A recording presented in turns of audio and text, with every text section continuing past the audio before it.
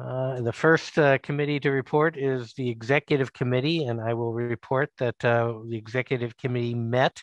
There were a couple of items that were of importance, particularly discussed during that committee meeting. We did have a presentation from the Council on Public Defense. You'll recall from our prior meetings that we've invited councils, committees, and sections to report to us on a rotating basis. And we're hope to get to all of the various committees, boards, councils every 3 years. So gives them an opportunity to meet with the executive committee. We get to know them, they get to know us, we get to learn about what they're doing, and also offer any help that we can give them to improve or publicize their work, and also the Committee on Mission Performance, any help and assistance that we can give them on getting members that reflect diversity, equity, and inclusion.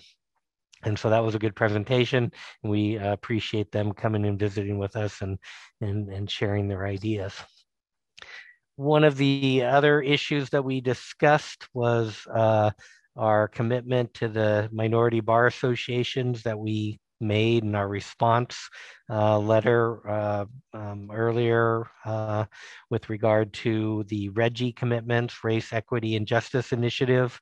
We have I have appointed a liaison to REGI. That's going to be Governor Alex Stevens. That will with his assistance and with our commitment to carry out the REGI commitments that we identified in our response. I'm hoping to move that forward. We're also continuing our training tomorrow with equity, diversity, and inclusion. We'll continue to do that for the remainder of this year and probably into 2022 as well.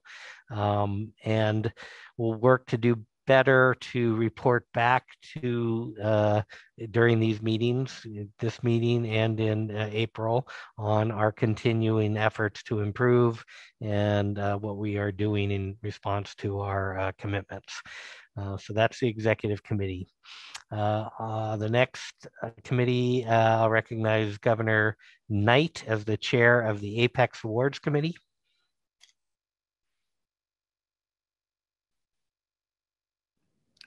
Thank you, President Shichetti. The Apex Committee has extended the deadline for nominations for Apex Awards. It's now extended to March 31st.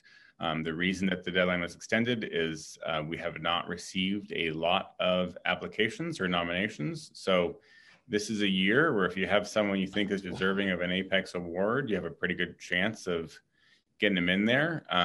There's a lot of deserving volunteers in our organization. So please take a minute and think about who might be a good option for that award. The materials are all on the WSBA website, and the deadline is March 31st.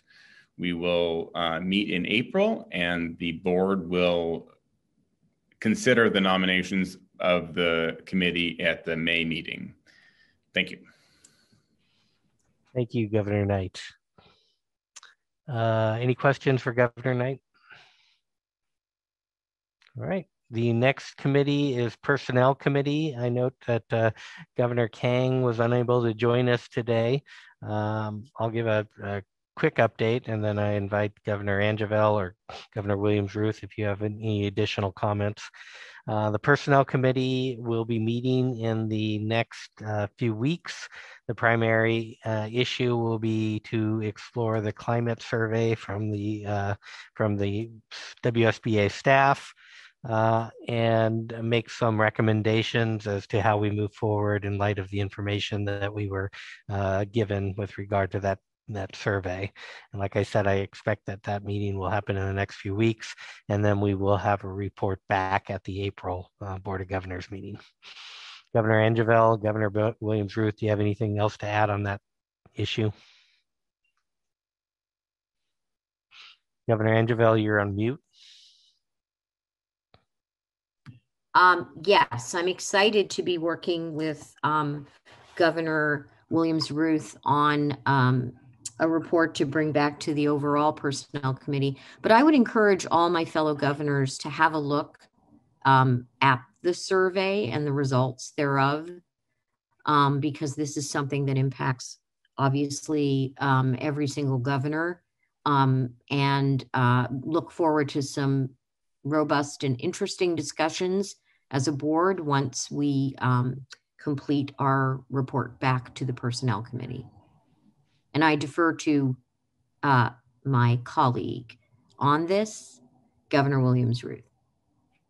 Thank you, Governor Angelo. I'll just say that I'm very excited as well. It's something that I believe is a very necessary step for us to help ensure that when we do a future survey, that we'll have different answers. And really that is my own personal goal, is to ensure that we take the appropriate steps, and that, I've heard stories from the past that there was a past climate survey, and for all intents and purposes, there was nothing. It ended up being dusty on a shelf. And I am very much committed to all of our efforts, whether it's strategic long planning or these climate surveys, that if we take the time to dig in and look for answers to questions that we want to ask, that we then do something with it. So I'm extremely excited to work with our counterparts in the staff and with any governors that would be interested. It's certain to be a lively conversation.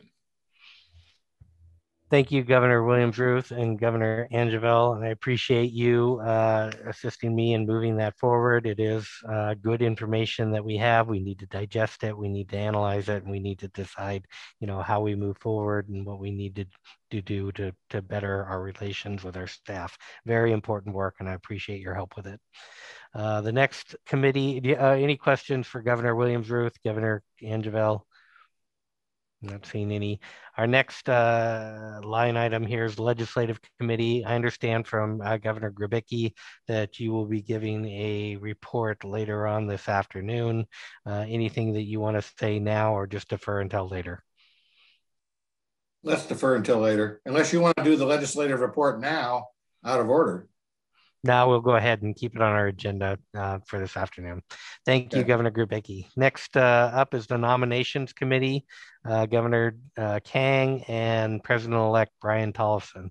Is the President-elect on the Zoom? Not seeing him, so we'll defer on that unless there's another representative. Any other? Hello. President-elect Tollefson, go ahead.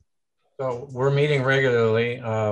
You should be getting emails every time we meet about any actions taken by the Nominations Committee. And one should have been sent out earlier this week for the nominations that we approved this week. So, but we've met almost monthly, I believe.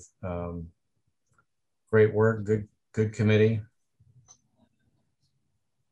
We'll have another meeting next month. All right. Thank you, President-elect Tollefson. Any questions for President-elect Tollefson on the Nominations Committee? I'm not seeing any. Our next committee is the Diversity Committee. Governor Angeville. Thank you, President Schicchetti. So we have had several meetings. We have monthly meetings with the Diversity Committee. We have not set a permanent schedule for the rest of the year. Our meetings are open. We encourage everyone who's watching or listening, or other governors who are not on the committee.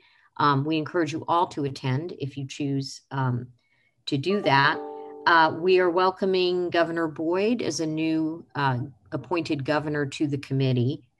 So that's great. The bulk of our work has been focusing on getting ourselves organized for a long-range plan for a pipeline program. And so to that end, we have met with representatives from each of the law schools. They've come to our second to last meeting. Our last meeting, we also had meetings with the actual admissions department of the law schools. So we're working, in concert with the law schools to figure out how we can sort of put our heads together and increase representation and find meaningful ways to do that. So that's pretty exciting. The other issues that we dealt with at the Diversity Committee, which will probably be addressed a little bit later on because they're germane to two very specific issues, are regarding the proposed bylaw amendments regarding the election timing and the governor at large position, as well as there's a resolution that will be before this board regarding the bar exam.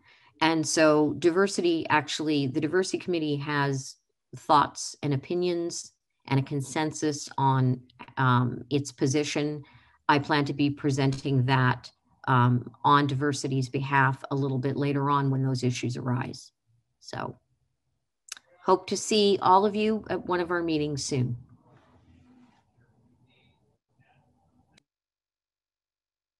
I was on mute there. Thank you, Governor Angeville. Any questions for Governor Angeville? Governor Stevens. Yes, Governor Angeville, I just wondered, and I'm also looking at Executive Director Nevitt right now because I was trying to find it, but through the work that I'm doing with the Disparity and Equity Work Group, the name of the organization is it Pathways? Yes. Yes. So I don't know if the committee has met with them yet. I know you've met with the deans and et cetera, but I would hope that the committee would also meet with Pathways because that's an ongoing, right now happening pipeline program that the committee should be aware of. Thank you, Governor Stevens. And Pathways is in fact on our list, and we are probably going to circle back with you regarding your knowledge of their program. But I believe that we have someone reaching out to that organization. But thank you for bringing that up. Thank you, Governor Stevens and Governor Angeville. Governor Stevens, your Equity and Disparity Work Group is not on this list, but I intended to add it. Would you like to say a few words about the Equity and Disparity Work Group and what you're working on now? You come back to me, or are we at the end of the line? I just want to check a couple of things. Either way, would you like me to come back to you at the end? Yes. Okay, I will do that. The next committee on our list is the Long Range Planning Committee. That committee has met a couple of times. We are in the process of refining our charter, our goals, and our outreach efforts. I'm thinking that we're coming to a point now where we can establish our foundation and start working on the specific goals that we want to accomplish in 5, 10, 15, 20 years. This is a very exciting committee for me. I think it gives us an opportunity to chart our course for the 20 years out in the future, what we want to look like, where we want to be, who we want to be. And so our next meeting is going to be on March 25th at 4:30. Generally, our meetings will be the fourth Thursday of every month. And I encourage folks who are interested in that to attend and help us chart this long-term course. Any questions on the Long Range Planning Committee? Not seeing any. Move on to another very important committee work group, the Member Engagement Work Group, co-chaired by Governor Peterson. Governor Peterson. Thank you, President Cicchetti. This group is actually a lot of fun, and I hope the committee members are also having fun. It's not just me, but in any event, we're working hard together right now to try to figure out ways to reach out to members and obtain feedback from members during this COVID period. So that's kind of the challenge we're dealing with right now. Thank you. Thank you, Governor Peterson. Any questions for Governor Peterson? Not seeing any. The next committee is a budget and audit committee. I do see that our next presentation item is the budget and audit committee items. Governor Clark, would you like to give a short update now, or would you like to defer to the next agenda item? Sure, Carl. Yeah, I did a written thing, and then I wrote you one to save for me. Did you send that to me in email? Yeah. Yes, sir.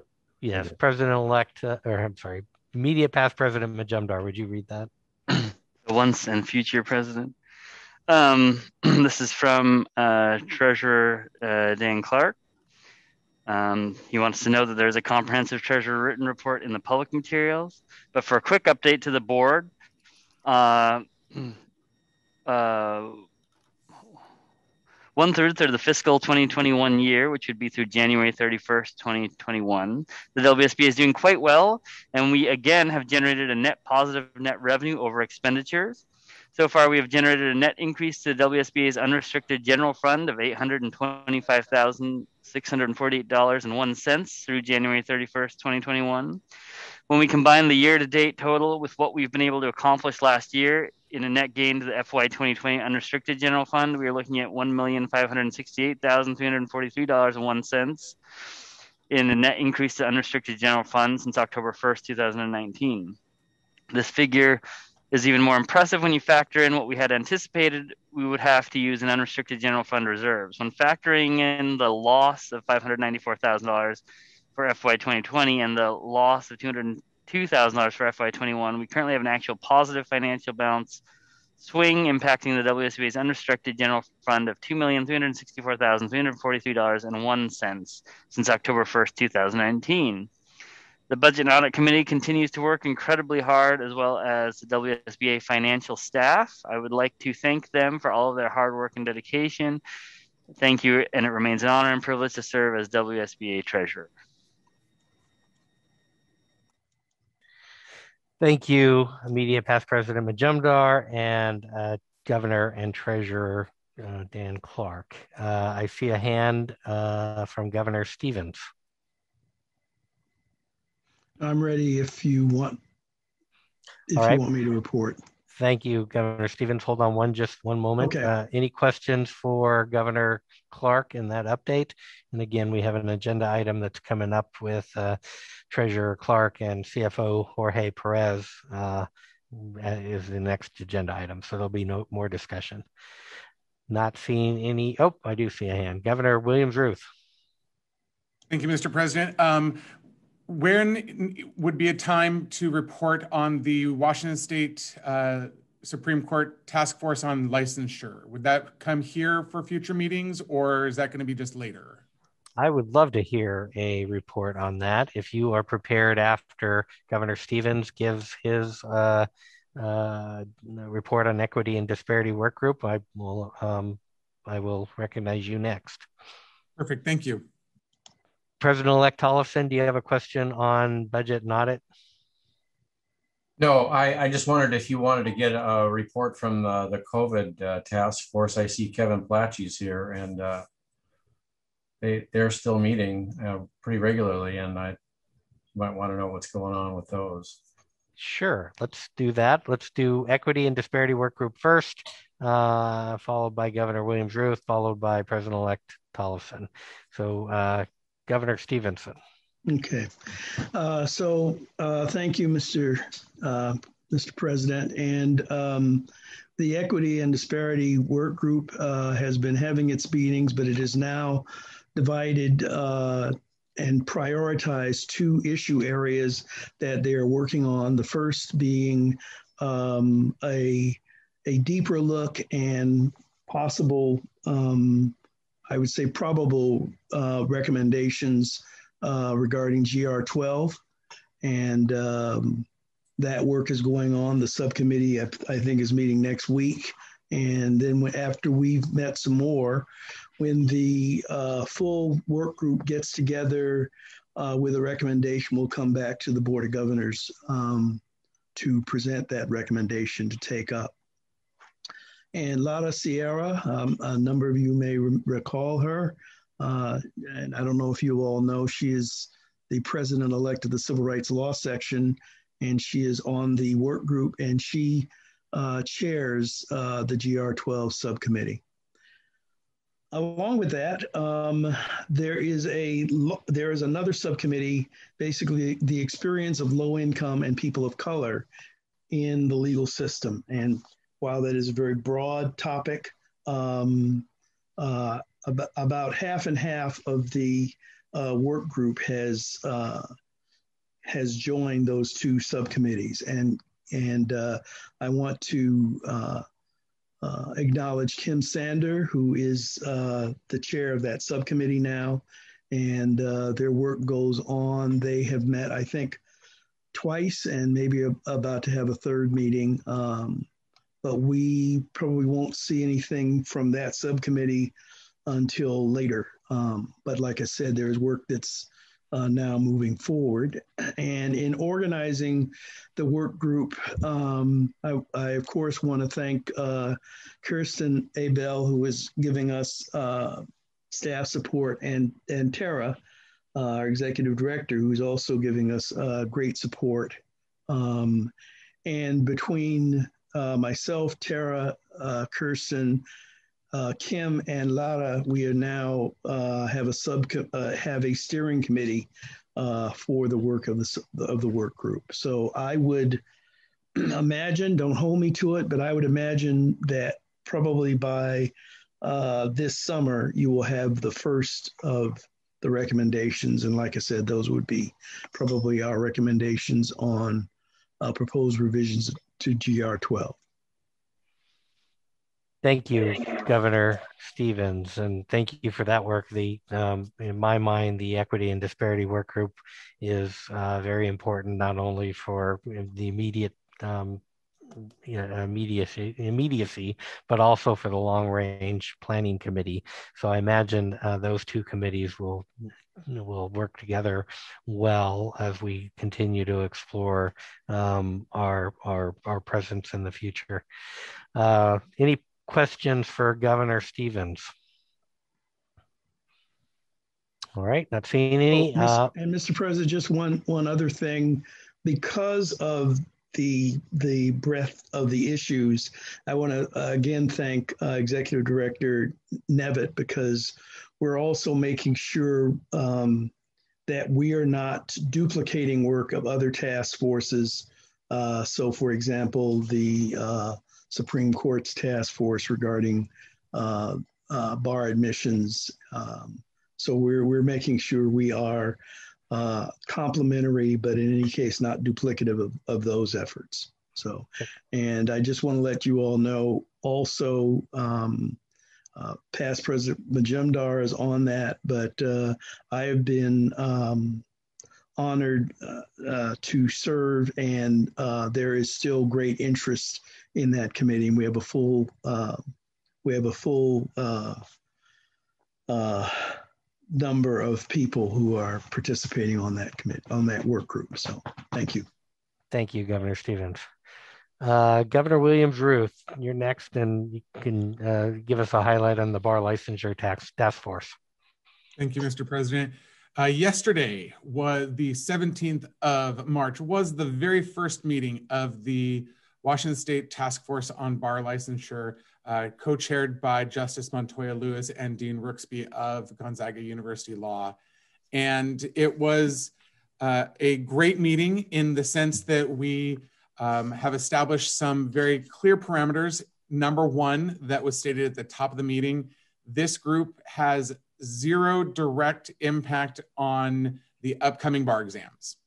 It was made clear that we are not here to be talking to try and rush something through to change what the Supreme Court will be doing in terms of their orders pertaining to the July 2021, the February 2022, or even the July 2022 bar exams, given that the charter for this task force runs through December 31 of 2022. So it was very clear that this is looking towards the future in the very large lens of where the admissions process should go. We had a great conversation about people suggesting various subcommittees that will create, and the vision that Justice Montoya Lewis has is that the various subcommittees will be doing a lot of their groundwork and then coming back to the full committee, which is currently 32 people, about to become 33, with the addition of, I believe, Neresa Patrick, who is presently serving as chair of the Character and Fitness Board. Justice Montoya Lewis is extending an invitation to her to have her specifically representing the questions regarding revisions to that process, and that this is not purely about the bar exam. It truly is a look at the entire admissions process to Washington. So we had questions, and subcommittees are going to be addressing issues pertaining to reciprocity for other states. And we did find out, and Mr. President, you'll be very happy to know that the great state of Oregon was referenced yesterday a couple of times, in that they too are going through a very similar task force. And it just so happens that one member of our task force is also on theirs. And so she was able to give us a great where they are, and they're basically one meeting ahead of us in the process. But we're going to be looking at the questions of reciprocity, the questions of the APR 6, which is the legal intern program, where you can become a licensed attorney without ever going to law school, if you'd ever heard of that. So it really does have the vision, what I believe we thought, which is that truly it's not purely about bar exam issues, it's the entire admissions process to becoming a licensed attorney in Washington State. I did ask the question specifically regarding the input from stakeholders and individuals. Will we be taking, for lack of a better term, testimony, or will we be having written submissions to us? How will we be doing that? And it was great to hear Justice Montoya Lewis say, we still don't know. We're still working things out, but we are getting the ball rolling. It is by no means anything set in stone.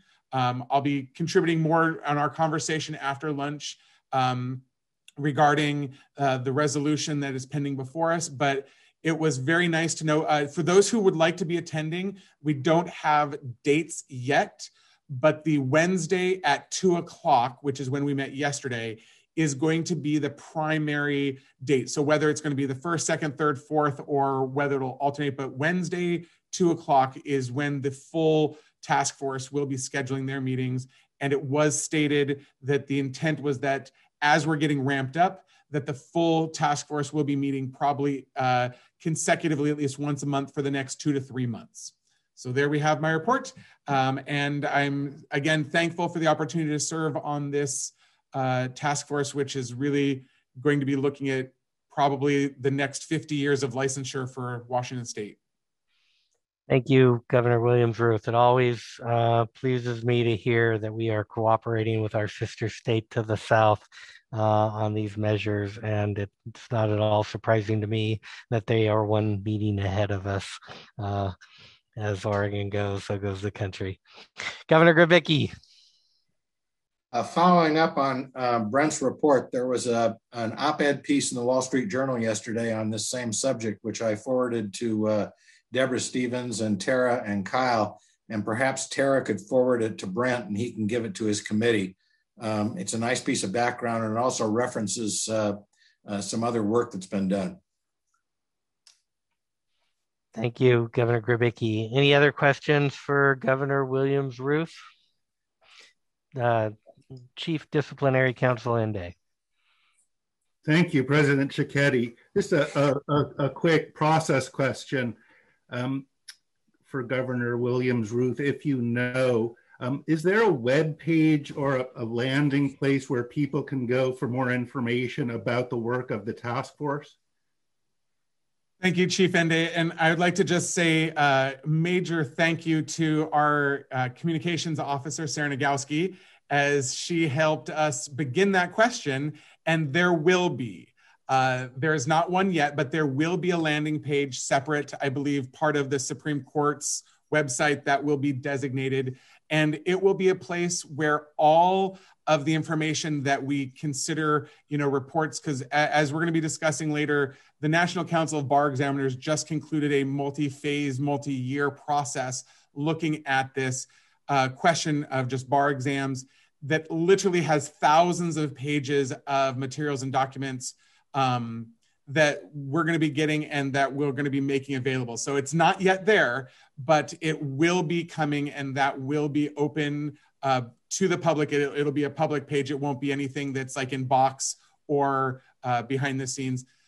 In full transparency, and this is on TVW, so all of our meetings for the full committee and task force will be recorded and streamed live by TVW. If there's nothing else happening in the state, they even may carry it live on TV.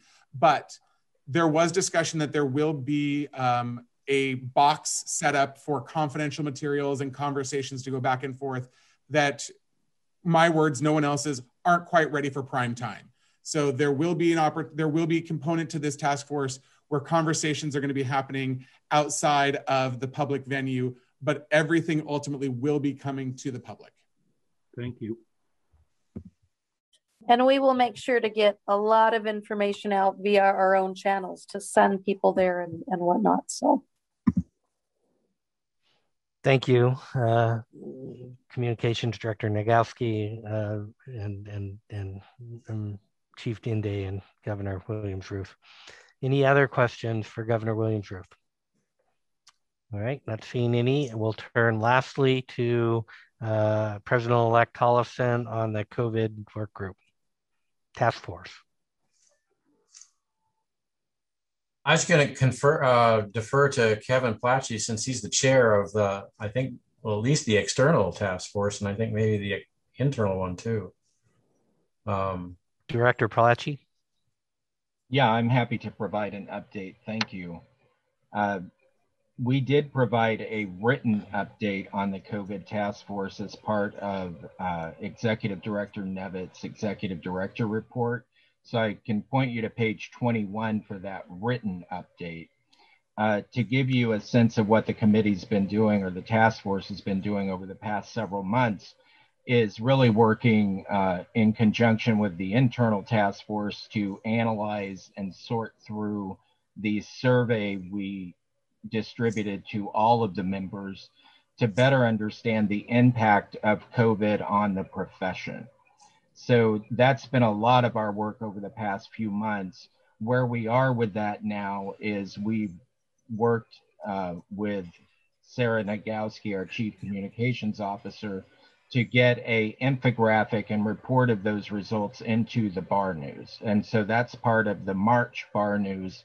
And the infographic that will be in the March Bar News is actually in the materials. It's a few pages past 21 in the materials if you want to take a preview of it. I would encourage everyone to take a look at it because it has some valuable information about how the COVID pandemic has impacted various segments of the profession.